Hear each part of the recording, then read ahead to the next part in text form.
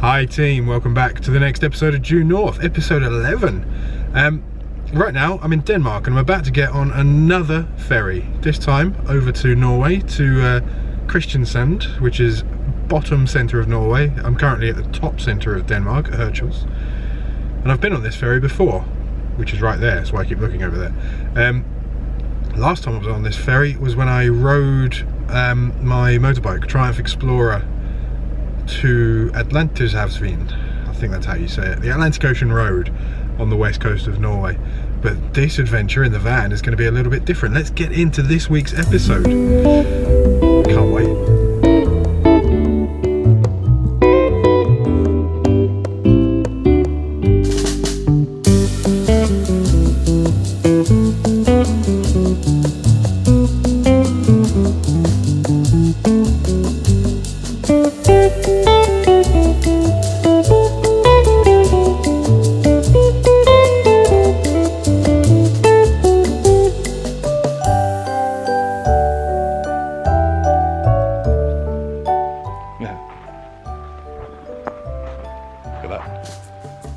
Welcome to Norway, and the lens is wet already. Brilliant.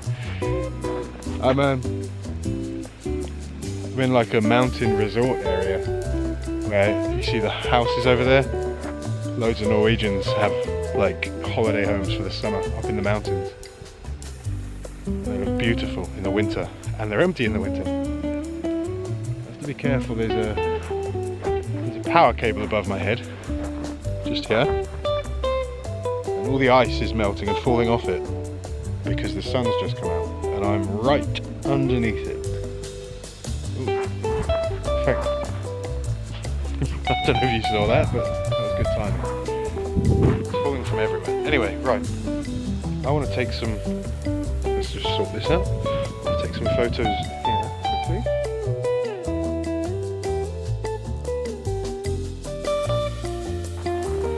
Well, that's beautiful. Right, there's something cool I want to show you. It's not far away, maybe half an hour. And before I get too far on my journey, I want to show you something about Norway that pops up every now and then. Let's get straight to it. And here is the first stop. We're there. This is Eidsborg. And Eidsborg has a stave church that was built in 1727, and it's stunning. Some of these stave churches, mostly in the south of Norway, are up to 1,000 years old, made of wood. It's incredible. And this one just happened to be on my route, so I thought I'd stop by. Isn't it lovely? I can hear nothing. Absolutely nothing. There's the van. There is a museum just down there.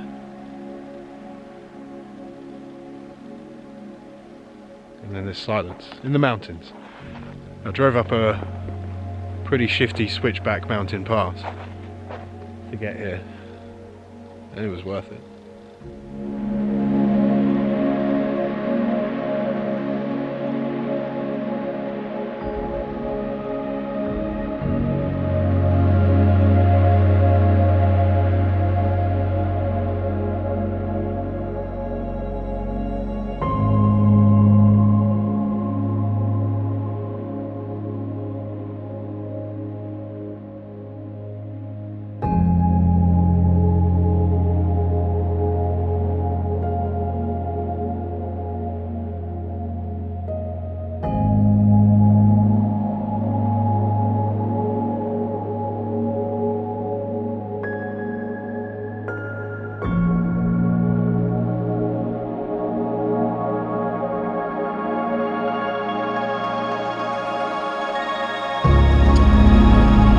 Stave Church at Eidsborg is now very far behind me.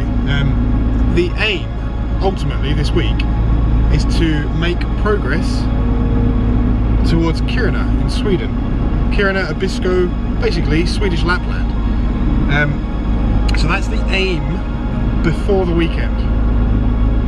and if I were to drive in a straight line from here, or in one go from here, it's 20 hours to get there. 1,527 kilometers apparently. 900 odd miles. Anyway, that's why there's a bunch of driving and I'm talking to you while I'm driving here. So, I want to talk to you about trees. Every year since 1947, Norway has gifted London, the mayor, Lord Mayor of Westminster to be specific, a Christmas tree. It's a Norwegian spruce, and it's selected in October, but they identify potential trees years in advance.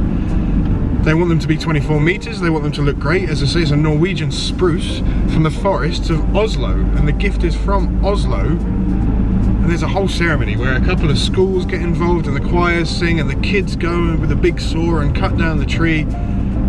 There's a whole big deal about it being a really good tree and a really nice gift, a nice gesture for the people of London or the people of Westminster. But headlines this year, as far as I can tell, are all about how the tree sucks and how Norway's declared war on the UK by giving a terrible tree. Apparently it's got bald patches and just doesn't look good at all. So, I've also heard rumblings that the Norwegians are going to pick another tree as a replacement, as a gesture to say, sorry, here's another better tree. I'll just point out as well, while we're there, America, the Rockefeller Center, the famous tree in the USA, that tree has nothing to do with it. It's still a Norwegian spruce, but it's sourced in the USA. Connecticut, Vermont, places like that where these kind of trees grow. These Christmas lights are beautiful. Anyway, so yeah, that's going on and that's quite entertaining. But looking around, there are plenty of trees to choose from. The forests of the south are absolutely immense and beautiful, and it's got some serious winter wonderland vibes going on. So anyway, it's currently 3:50 in the afternoon. The sun has set, just hanging on to the light that's lingering in the clouds. It's overcast.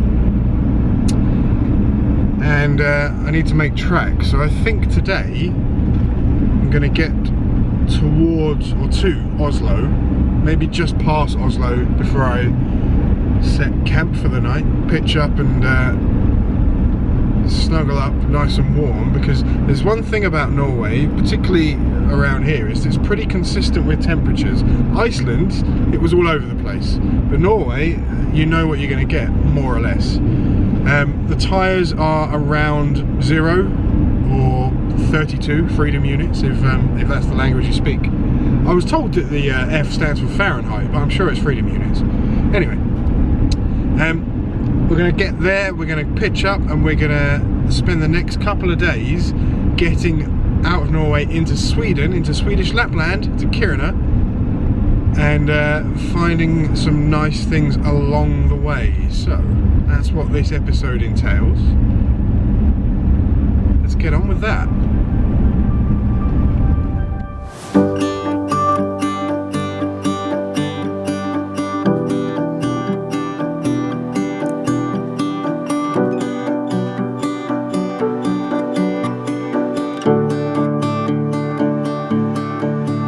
He's sitting on the driveway, thinking about the past day. It could have gone better. It could have gone better. His father comes out with a beer. He says, son, don't just sit out here. Go get her. Go get her. 'Cause you know love's got a lot of moving parts, from unknown brand and make. There's gonna be a lot of stops and starts, both good and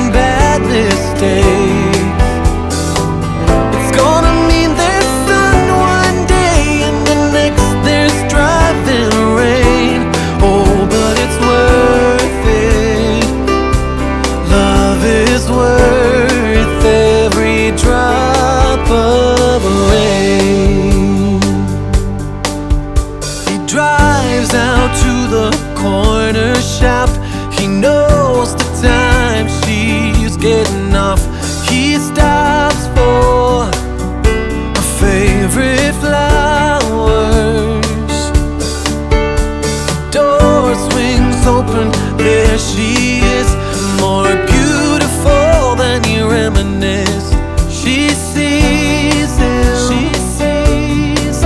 and smiles, and it seems life's got a lot of moving parts, from unknown brand and made. There's gonna be a lot of stops and starts, both good and bad mistakes. Seems there can be sun one day and the next there's driving rain. Oh, but it's worth it. Life is worth every drop of rain. Love's worth every drop of rain. Love's worth every drop of rain. Love's worth every drop of rain.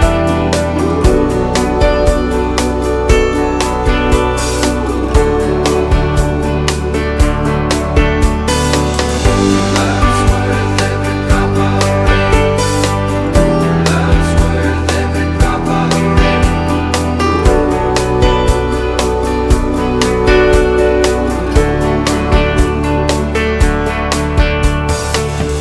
Love's got a lot of moving parts, from unknown brand and made. There's gonna be a lot of stops and starts, both good and bad mistakes. There's gonna be sun one day and the next there'll be driving rain. Oh, but it's worth it. Love is worth it.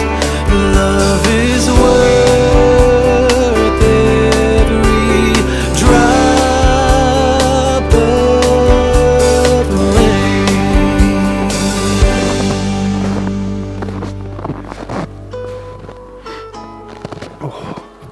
Oh, team, we've crossed the border. This is Sweden. And the two answers that I'm sure you're looking for are -8 and I'm changing a bulb. So you have to have your headlights on. And I bought some new bulbs before I left the UK when I was sorting the van out. Philips Racing Vision GT200s, up to 200% more brightness. Well, they've both failed, so don't buy those. Which one is it? Top one. Is it the top one? Yeah, top one. Right. So I'm making my way through Sweden. Oh, fiddly jobs with sharp objects with cold hands is not fun. Okay. Which way out did that come?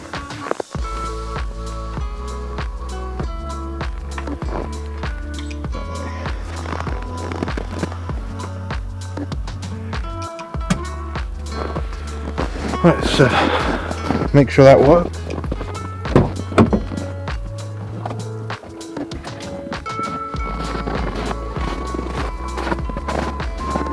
Hey, we have light.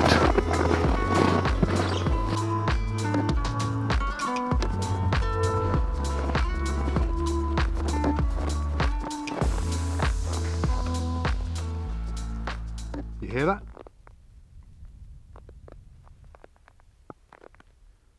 Apart from my feet on the snow, silence. It's brilliant.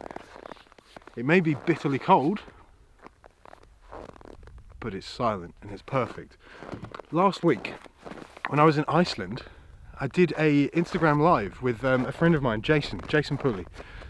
Jason is a yoga teacher and a life coach and an all-round really nice guy. And he always makes me think that there's something else going on. His mind works differently. He simplifies complications. He simplifies life. And part of this is currently me simplifying my life. For the past 14 years, I've worked a job that was stressful, different, and it was no good for me up here. It's no good for anyone that does it, no matter what brave face they put on. And this is all to do with me figuring out where I want to be, how I'm going to get there, getting away from the social constructs that we all are expected to adhere to. And part of me simplifying things is removing myself. It's what I do, I remove myself. And while it's quite simple to remove yourself when you're doing this, when you're in a city or in a difficult situation, you can't always remove yourself, but you still need to take care of all of this, here and here. And so here's something I do, or did, when I felt like I needed to simplify things. Sometimes it can all feel a bit too much. Sometimes it feels like we're not in control anymore. We can't deal with something, or it's not going the way it's supposed to go. And we need to take care of our mind and our body to help us deal with this and process things and determine solutions to things.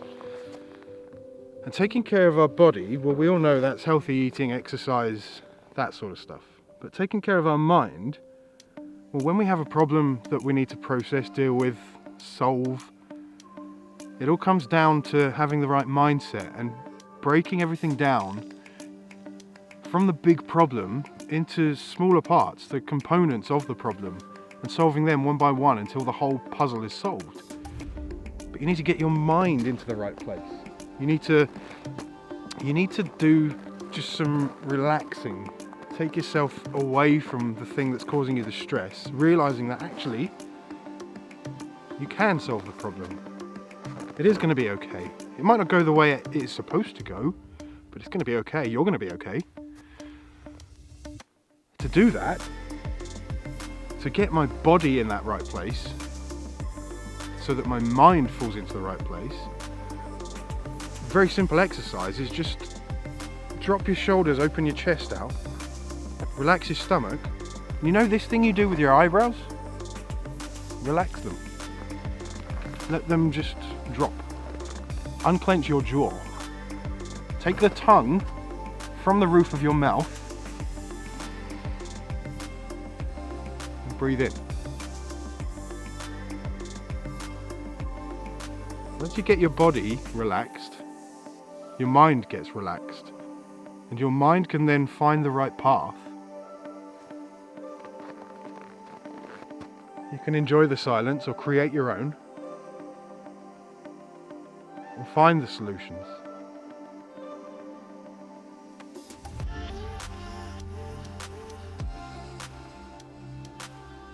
What a place for that. What a place.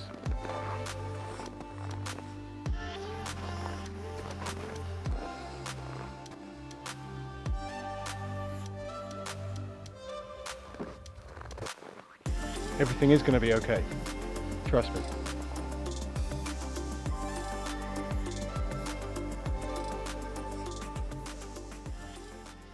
And here is what I've been aiming for. The past 2 days I've driven 841 miles, which is some 1,500 and something kilometers in snow, ice, fog. There's been reindeer standing in the road. It's been tricky. Now there's these stones right here, look, just over my shoulder. And then if I face the opposite direction, there's a sign and a building at the top. This line, where they all line up, is the Arctic Circle. And it's awesome. It makes me very happy to be here. It's kind of like the equivalent of standing on... Wow, I've got an echo. The equivalent of standing on the equator. It's really cool. So the Arctic Circle is the southernmost point at which the midnight sun can be seen in the summer solstice. Some also think that it's where the tree line exists, and which is where trees stop growing and you just get Arctic tundra instead because of the permafrost. It's clearly not the case, because this is the north side and there's the trees. It's very quiet around here, it's very calm. There's one car there and I can hear my heater running on the van in the background. But this is cool. 66 degrees, 33 minutes north, the Arctic Circle. A major milestone in due north, and I'm very happy.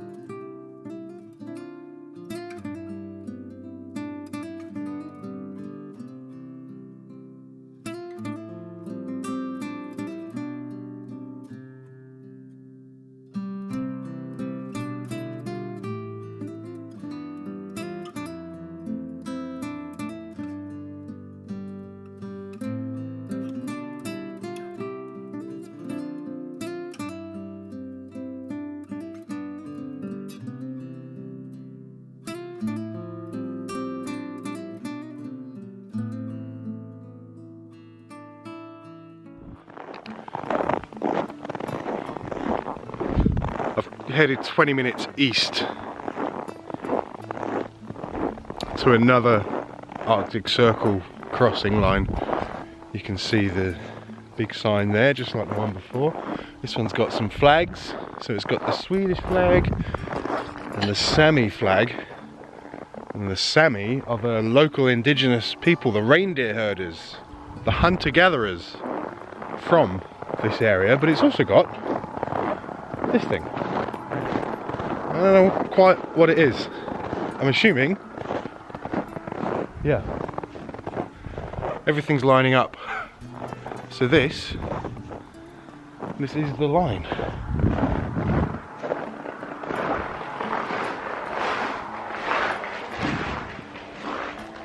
Weird. The Arctic Circle is this line here.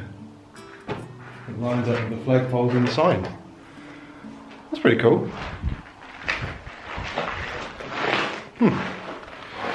Right. I'm just going to point out the sky. Kind of fiery.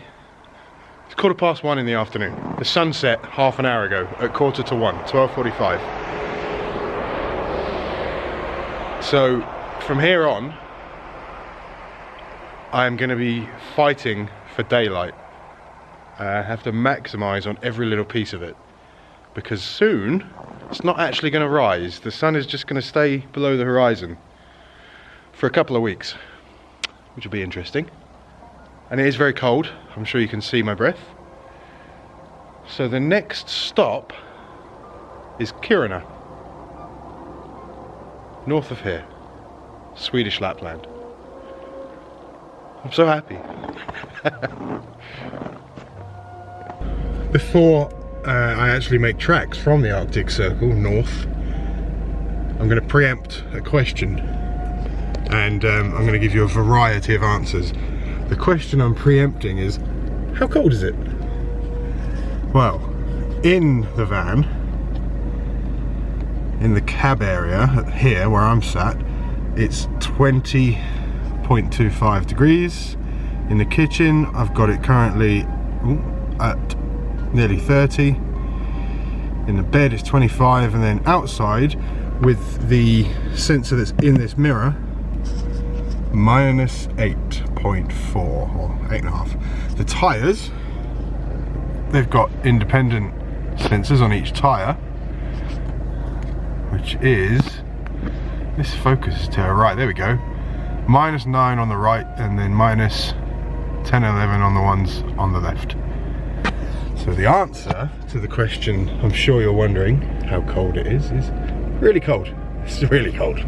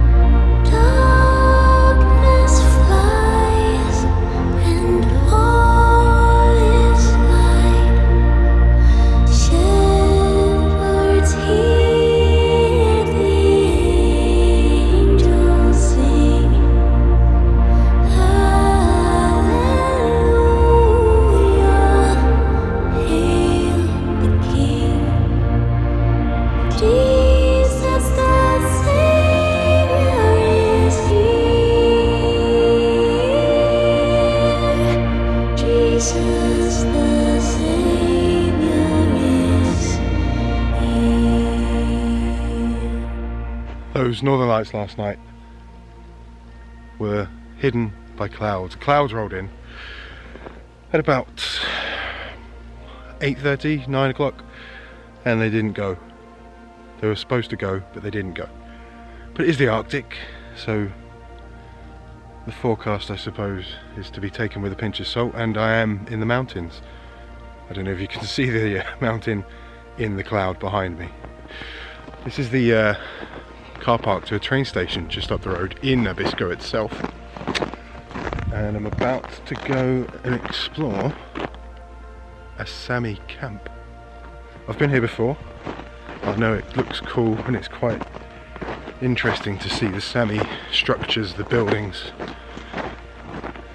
So let's get up there. There's that sound again. Silence.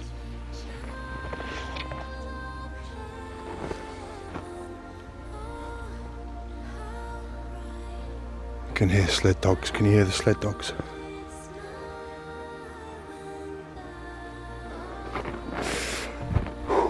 Right.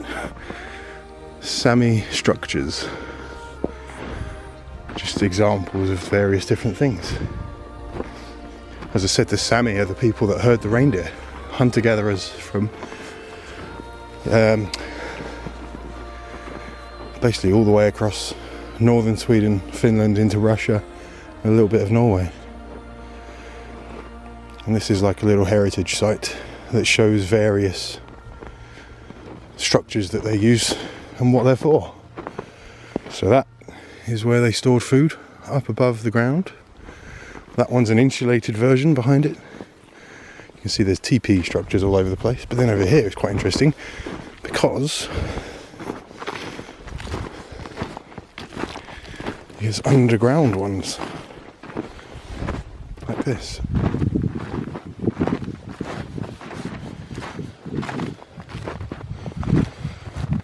Which is pretty cool. I think my favourite, what's that?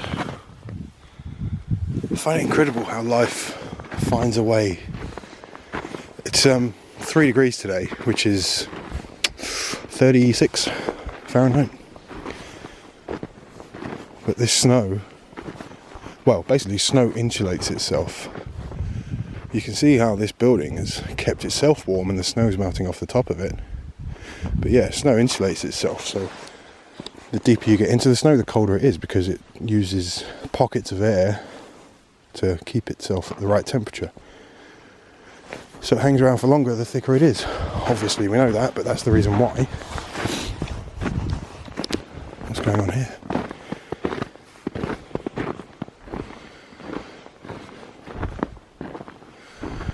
Interesting.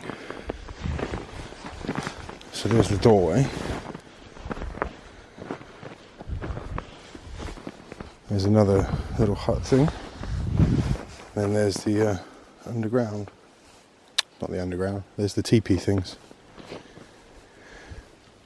Yeah, so these people herd the reindeer, the hunter-gatherers. They have also found a way to exist here, just like nature has. It's amazing. Let's look a little more closely at this one. So you can see where the soil has fallen away, the insulation, to reveal the tree bark. It's just peeled tree bark underneath that. But this particular hut, this is a goat hut. So in there, the goats would have been keeping warm, and then when it was time to move, this camp would have been left here, and they would have moved on. The whole family or the whole group would have moved on to another camp. But then they know where this one is, they know it's all built and ready, so whenever they want to move back to this area, because of the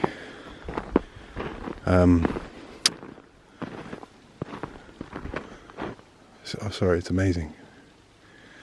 Because of the vegetation or the snow or whatever it may be, they know where it is and they just come and move it straight back in. This one's called a pole hut, obvious reasons. This is where they would have kept food or expensive, valuable things. And the reason is because they could have taken these steps away, because around here, and I saw one yesterday, around here there's a sneaky little animal called a wolverine. One of them crossed the road in front of me yesterday. It's very rare to see one, so I'm quite happy I saw it. So the wolverine might want to get in there to steal their food, or to mess about with their expensive items, their brand new nice reindeer hides or whatever it may be. So that was the pole hut.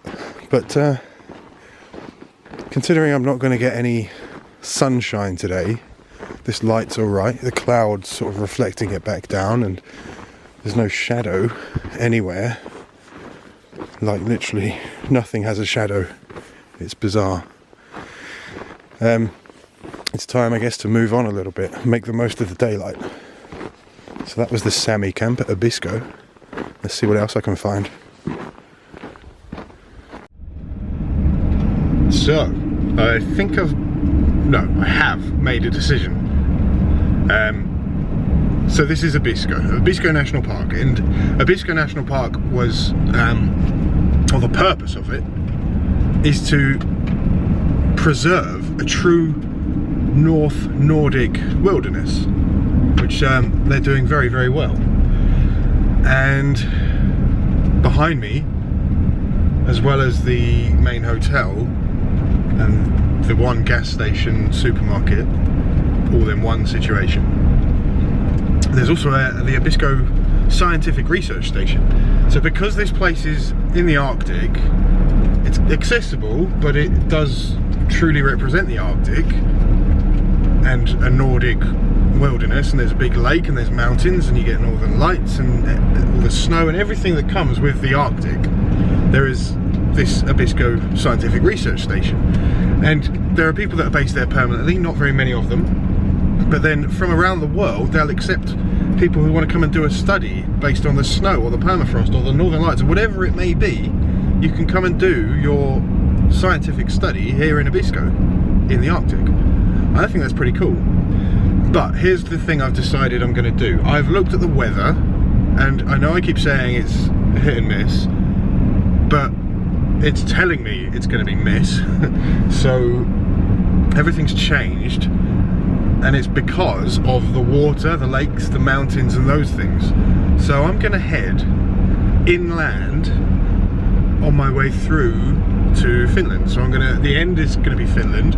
If I were to drive to where I want to be in a straight line, in one go rather, it's 385 kilometers or some 240 miles.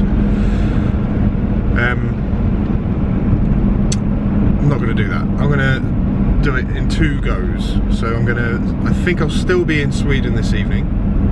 Hopefully catch some northern lights if I can find a place that's got a nice clear sky and good views, good foregrounds. And then we'll head to Finland tomorrow. And I still haven't put my stickers up to show that I'm in Norway, I've been in Norway and I'm in Sweden. Better do that. I mean, if I didn't put the stickers up, it didn't happen, right? Right, let's do it. Let's go to Finland. Slowly.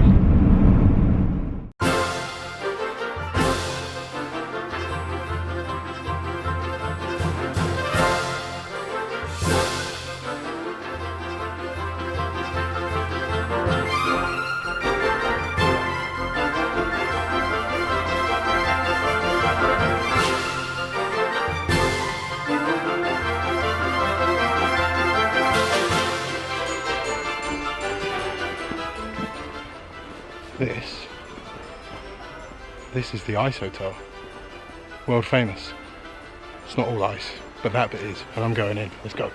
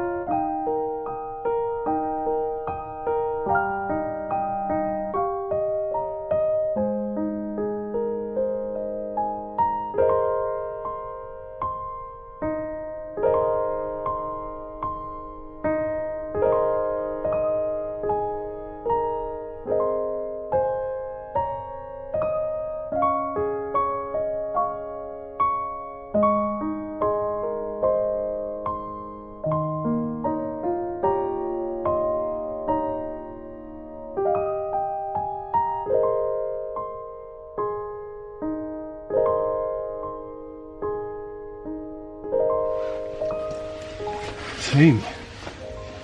Good morning. Well, we made it to Finland, and we made it to the destination in Finland, and it's actually pretty exciting. Right, let's get outside. I've already got the stuff ready. There it is. That's the destination.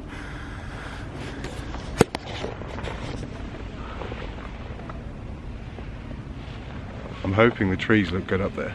Right. There's something on that mountain that's pretty special. And I'm going to go and make some photos of it. But that is the end of the week. I'm sorry. Guys, once in a lifetime, as often as you can. And come back next week. I'm Dave Williams. Please, if you enjoyed that, hit subscribe. It makes a massive difference. A massive difference. And I'll see you next week. See ya.